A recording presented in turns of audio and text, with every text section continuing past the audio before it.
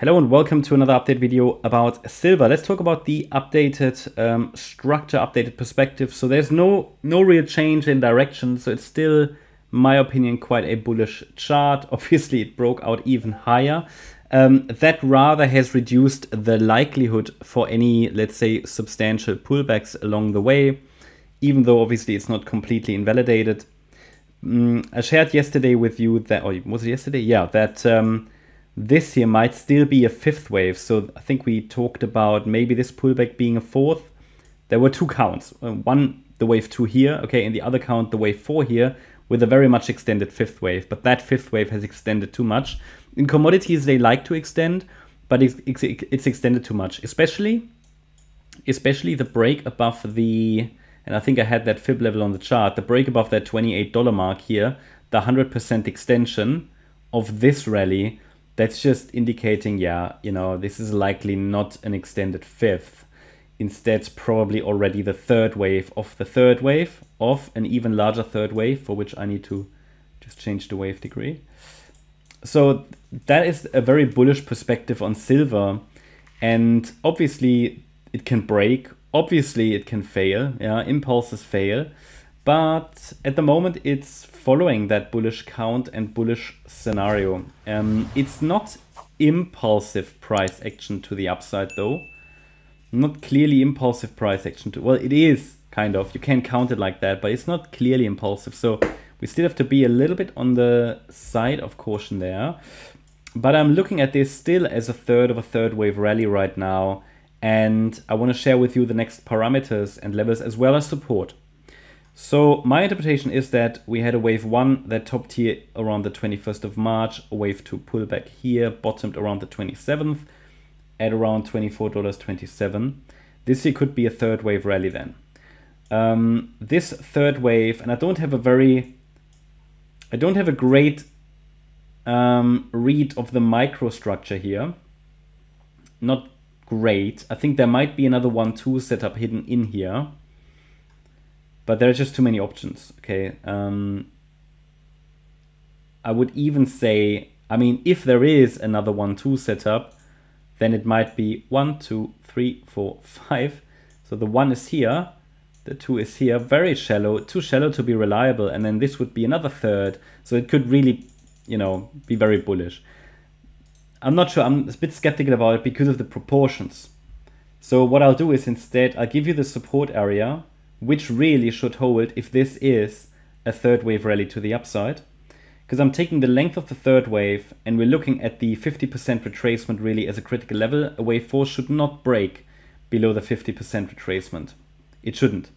Well, it could, but then it's probably not a wave 4 anymore and something different is going on. So the microstructure might change a few times along the way. Ideally, support levels hold. This at the moment looks like a 1-2 with a third wave in the making now. In the case of something more bearish, it could be an ABC structure. So we need to be very mindful that, of course, it can break. But as long as it's holding $26.93, further upside extensions are likely and expected. I would need to change my count, change my assumption if there is a break below $26.93. That just acts as a warning level because we would not normally expect a fourth wave to break and sustain. I mean, it's not, if it comes down to 26.70 and then rallies, okay, you know, it did hold support, but it's all about a sustained break below that level. You know, ideally, we don't want to get it broken below that, or I have to change my perspective. Now, there are some structural support levels as well that might offer additional support. Here at $27 and $27.58, very close. Well, it is basically the 38.2 retracement.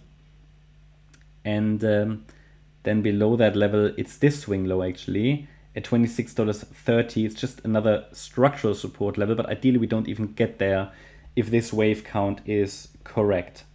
Yeah. What would be the scenario if we break below the 50% fib level? Difficult. It would depend a little bit on the structure. It really would. It's difficult to say.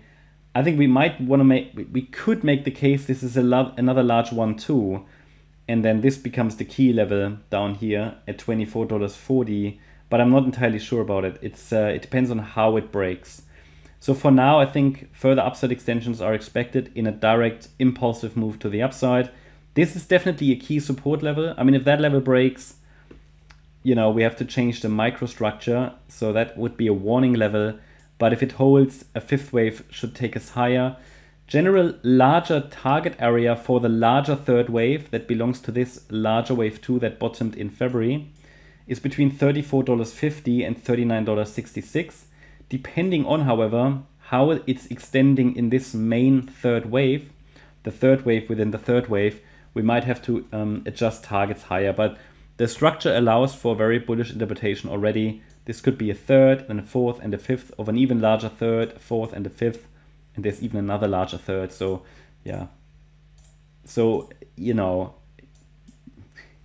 long term, this silver chart allows for prices above $100. Very long term.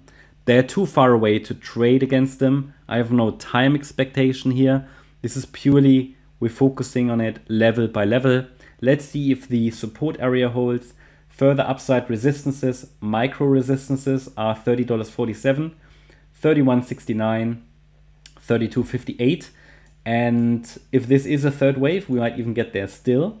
You can see that the parameters are being respected by the price because the next nearest resistance is currently also leading to a bit of a rejection, but not really a major rejection yet. That would only be the case if we break below 50% FIB at 26.93. So depending on what happens today, I might provide another update on the weekend, and I'll try to also update gold. That's my update about silver. Hope you liked the update. If you did, please hit the like button, leave a comment and subscribe. And if you're interested in daily updates about the S&P 500 as well as regular updates about stocks, feel free to check out our stocks and S&P 500 service. You'll find the link in the description. Thanks a lot for watching. Bye-bye.